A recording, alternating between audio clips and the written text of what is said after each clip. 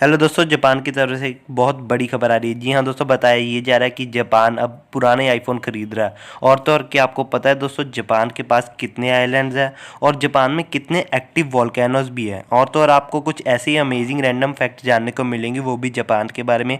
लेकिन ये फैक्ट जानने से पहले अगर आप हमारे चैनल पर नए हो तो जल्दी से इसको सब्सक्राइब कर दीजिए, और अगर आपको वीडियो अच्छी लगे तो इसको लाइक भी कर देना। तो चलिए वीडियो शुरू करते हैं। आइए दोस्तों, आज हम इस वीडियो में एक एक करके जापान के बारे में बहुत सारे फैक्ट्स जानने को मिलेंगे, और आपको ऐसे फैक्ट्स कभी भी जानने को नहीं मिलेंगे। यानी कि आपको ये जो फैक्ट्स है वो पहली बार सुनने को मिलेंगे, और तो और ये फैक्ट सुन के आप इतनी शॉक हो जाओगे कि हमारे चैनल को सब्सक्राइब कर ही दोगे। और तो और आपको ऐसी इन्फॉर्मेशन वगैरह हमारे चैनल पर ही मिलेगी। तो चलिए दोस्तों, अब हम शुरुआत करते हैं सबसे पहले फैक्ट की तरफ। जैसे कि मैंने आपको बताया था कि जापान है वो पुराने आईफोन खरीद रहा है। जी हाँ दोस्तों, रिसेंटली ये खबर आ रही है कि ये जापान है वो इंडिया की तरह ही अब जो पुराने फ़ोन्स है यानी कि पुराने आईफोन्स वो खरीद रहा है। और तो और क्या आपको पता है दोस्तों, जो उसकी येन है, जी हाँ दोस्तों, उसकी जो करेंसी है जापान की करेंसी येन, वो गिरती जा रही है। जी हाँ दोस्तों, अगर हम डॉलर के मुकाबले देखें तो जो येन है उनकी करेंसी यानी कि जापान की करेंसी गिरती ही जा रही है। और तो और जो आईफोन 14 सीरीज़, जी हाँ दोस्तों, आप लोगों ने सही सुना, आईफोन 14 सीरीज़ अब लेना उनके लिए बहुत कॉस्टली हो चुका है। क्योंकि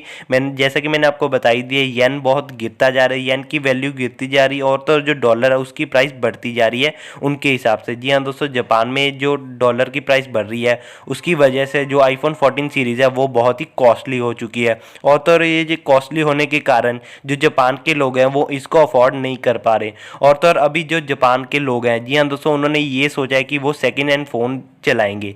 और तो और उन्होंने बताया कि सेकेंड हैंड फ़ोन है वो ज़्यादा बेहतर रहते हैं अगर वो बढ़िया चलें तो अभी अभी एक बंदे की भी खबर आ रही थी। जी हाँ दोस्तों, एक स्पेशल एक बंदे के बताया जा रहा था, उसने बताया कि मुझे जो आईफोन 14 मिल रहा था उससे कई सस्ता आईफोन SE2 मिल रहा था। जी हाँ दोस्तों, उसको एक अच्छी कंडीशन में आईफोन SE2 मिल रहा था, तो उसने फिर आईफोन 14 की जगह आईफोन SE2 को प्रेफर किया। उसने इस फ़ोन को अच्छे प्राइस में यानी कि बहुत ही सस्ते रेट में उसको मिल गया। और तो उसने ये भी कहा, अगर ये 1-2 साल यानी कि 2 साल तक अगर ये चल पड़ता है फ़ोन तो मुझे इतने पैसे लगाने का कोई हर्ज नहीं है, यानी कि ये बेटर ऑप्शन है। क्योंकि अगर ये 1-2 साल चल पड़ता है तो ये बहुत ही बढ़िया है, और तो और मैं इससे ओके हूँ, तो मुझे इससे कोई शिकायत वगैरह नहीं है।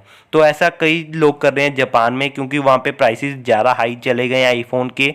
और तो और सैमसंग वगैरह भी ऐसे ही करता है। तो चलिए दोस्तों, जैसा कि मैंने आपको बताया था, इंडिया में भी ऐसा हो रहा है, क्योंकि मैंने आपको स्टार्टिंग में कहा था कि जापान इंडिया की तरह ही ऐसे कर रहा है। और तो और इंडिया में भी ऐसे ही लोग कर रहे हैं। अभी नए फ़ोन की जगह नए जो सैमसंग और आईफोन के फ़ोन आते हैं, एप्पल वगैरह के फ़ोन आते हैं, वो बहुत ही कॉस्टली चले जाते हैं, इसलिए लोग उनको अवॉइड करते हैं। और तो और अभी लोग सोच रहे हैं कि वो एक बारी बजट फ़ोन ले लें या फिर कोई मिड रेंज वाला फ़ोन लेके 2-3 साल चला लें, तो वो बेटर ऑप्शन लगती है उनको। और तो और क्या आपको पता है दोस्तों, जापान में जो ये कंडीशन चल रही है, तो यही सुन के बहुत शॉकिंग बात है कि जापान जैसी कंट्री वो भी एक पुराने आईफोन के ऊपर निर्भर है, और तो और वो भी पुराने आईफोन वगैरह ले रही हैं ताकि जो नए फ़ोन हैं उनको ना प्रेफर करते हुए। तो ये बहुत बड़ी बात हमें सुनने को आ रही है जापान की तरफ से। आइए दोस्तों, अब हम आपको और रैंडम अमेजिंग फैक्ट्स बताते हैं। तो चलिए दोस्तों, अब हम बात करते हैं कि जापान में आइलैंड्स कितने हैं। जी हाँ दोस्तों, मैंने जैसा कि आपको स्टार्टिंग में ही बताया था कि अब हम इस वीडियो में जानेंगे कि जापान के पास आइलैंड कितने हैं। तो दोस्तों, आपको क्या लगता है, आप प्लीज़ मुझे कमेंट सेक्शन में कमेंट करके बताइए कि आपको कितना लग रहा है अभी जापान में कितने आइलैंड्स होंगे। 100, 200, 500, 1000 कितने होंगे? जी हाँ दोस्तों, ये 100-200 भी नहीं है, उससे भी कहीं ज़्यादा है। और तो ये 500 भी नहीं है, 1000 भी नहीं है, इससे भी कहीं ज़्यादा है। तो आपको क्या लग रहा है इससे क्या कितने ज़्यादा हो सकते हैं? और तो 100 छोड़ो, 1000 छोड़ो, 5000 छोड़ो, 5000 से भी ज़्यादा है। जी हाँ दोस्तों, तो अब मैं आपको बता ही देता हूँ, जापान में कुल अगर हम टोटल बात करें तो जापान में टोटल 6852 आइलैंड, जी हाँ दोस्तों, 1852 आइलैंड्स हैं जो कि जापान में मौजूद है। जी हाँ दोस्तों, जापान एक काफ़ी सारे आइलैंड्स का ग्रुप ही आप कह सकते हो, इतने सारे आइलैंड्स हैं जापान के पास। तो ये बहुत ही अमेजिंग फैक्ट्स है। तो ये सुन के तो आप शॉक हो ही चुके होंगे। तो इसको सुनने के बाद आप प्लीज़ जल्दी से हमारे चैनल को सब्सक्राइब कर ही दीजिए, तो क्योंकि आपको ऐसी 1-2 फैक्ट्स अभी इस वीडियो में और जानने को मिलेंगे। तो आइए दोस्तों, अब हम हमारे अगले फैक्ट की तरफ चले ही जाते हैं, यानी कि हमारा तीसरा फैक्ट।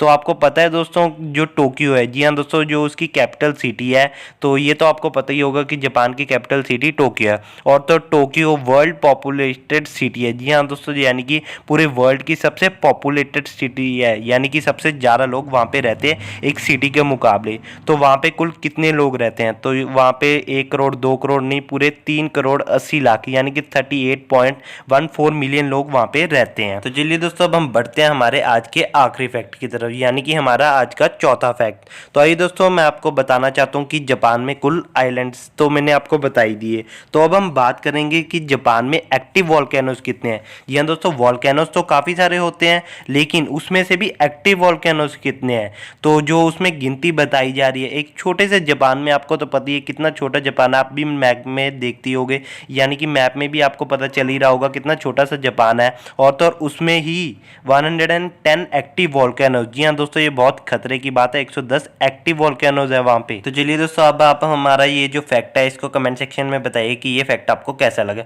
और तो और आप पूरी वीडियो को भी बता दीजिए कि आपको ये पूरी वीडियो कैसी लगी। तो आज के लिए आपसे हम लेते हैं अलविदा, अब हम मिलेंगे आपको अगली वीडियो में। इतनी देर के लिए टाटा एंड बाय बाय।